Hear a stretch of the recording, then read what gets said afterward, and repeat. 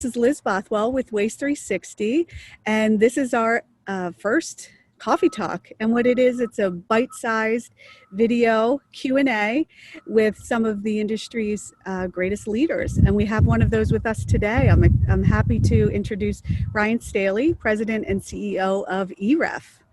Hi, Bryan. Hey Liz, how are you? Well, can you tell everyone where you are? You have such a cool background that obviously is not Zoom. Well, we've thankfully been able to keep going on research.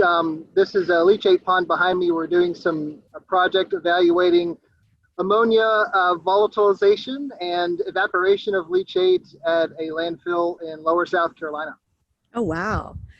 Well, good for you, and safety first with the vest. So thank you for joining us from on site. Sure. So we wanted to talk to you a little bit about the auction, because as you know, COVID has been the ultimate disruptor. And first of all, before we get into that, how has EREF fared with everything? Like everyone, we've had our share of challenges along the way. But I'd say overall, we've done fairly well. With the auction, that's something that was one of our biggest concerns. It's our largest fundraiser. But so far so good. We still are got a half a year to go, and there's a lot of a lot of challenges I think still coming up just as a result of what's happened for the first 6 months. So still a lot to go, but I think we're in good shape. Yeah, I think we're doing well. Okay, good. Oh, that's great to hear. And speaking of the auction, COVID has changed a lot of our plans, right? Especially Waste Expo coming together in person and the auction. But the good news is that you've gone digital, and it's great to see that you pivoted and you have so much support. Can you share with our listeners and watchers what it looks like and how folks can bid online and support EREF's mission now that you've gone digital? Sure, yeah. So we did go digital.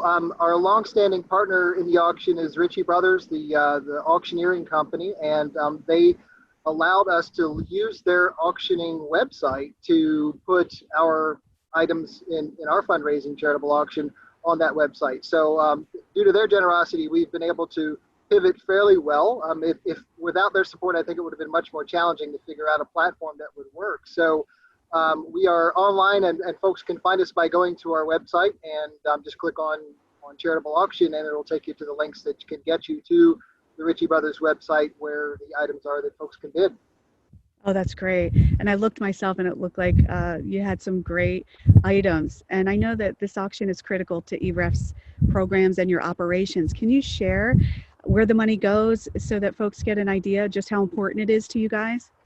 Absolutely. I mean, we don't have members, so we don't receive membership dues in any form or fashion. So the fundraisers that we do, the auction, and then the golf tournament later in the year are the two events that basically cover all of our operating costs and support a majority of our programs. So right now, over 90 cents on the dollar of the funds we raise through the charitable auction and our golf tournament go towards our programs. And so they go to support research that we fund at universities or various activities such as the site behind me.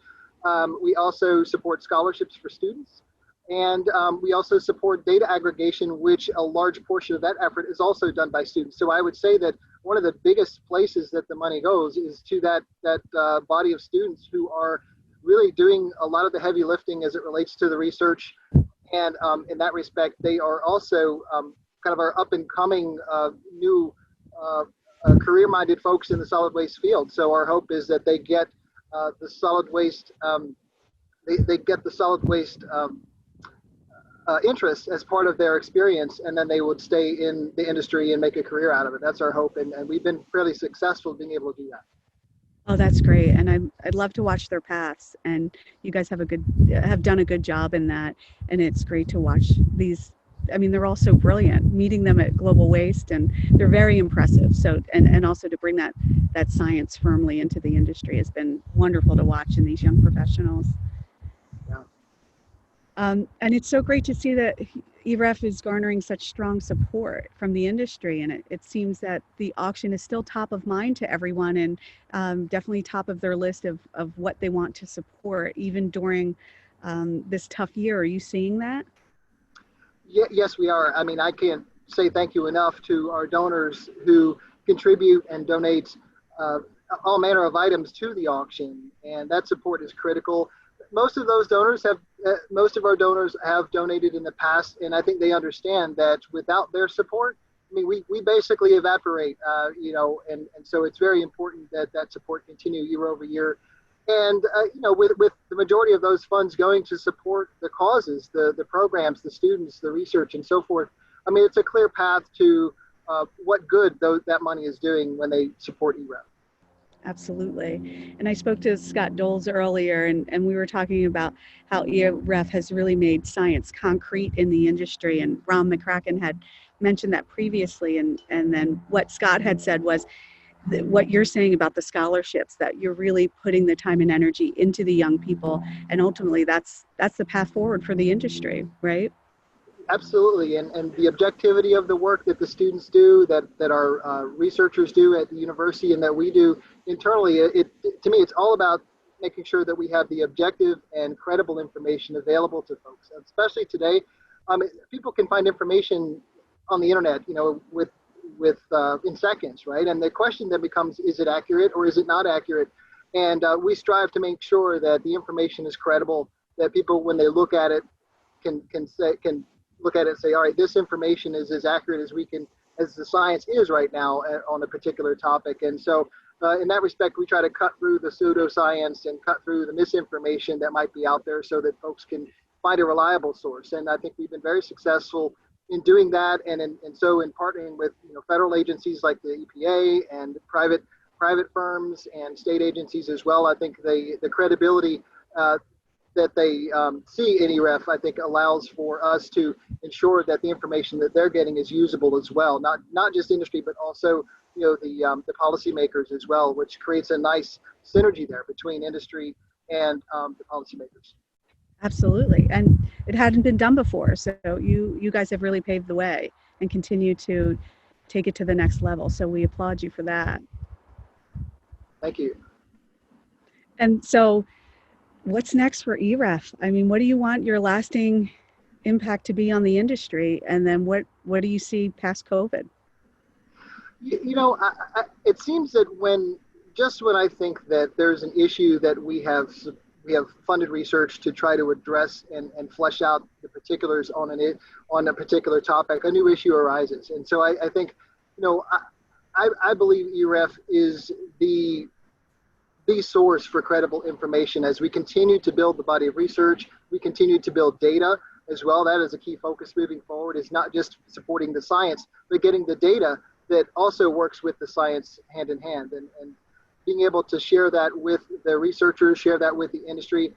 All of that helps really move the industry forward. I mean, that, as the saying goes, if you can't measure it, you can't manage it. And that is so true today. I think that moving forward, as we continue to evolve the science and evolve the data, it will make EREF even more of a critical institution to be there for the industry, because issues of the day, such as PFAS, is one that really came out of nowhere in many respects and is moving at light speed. COVID is another one, has a huge impact on the industry as well. We've attempted to respond as quickly as we can to address those issues and inform those issues. And in particular, where there's a lack of science, that is problematic, because especially if one is looking towards creating policies, when there's no science available, that can be very problematic. How do you know what's a reasonable policy? How do you know what's a reasonable best management practice if you're on the operations side to be able to deal with these particular issues? And that's where we fill the gap. Oh, well, that's great. Well, we look forward to supporting you and watching you, and we wish you all the success for the auction, and everyone get your bids ready. And what you can get, I'm eyeing a particular NFL game myself. Fantastic. Well, we appreciate the support very much, and we'll continue to highlight where the money goes over the course of the summer and through the rest of the year, and of course beyond, that you're making a good investment in the solid waste industry's future in supporting EREF. Absolutely. Well, thank you, Bryan. We will let you go and get back to your site visit, and keep us going. Keep us moving forward. Thank you. All right. Thanks, Bryan. All right. Take care. Bye-bye. Bye.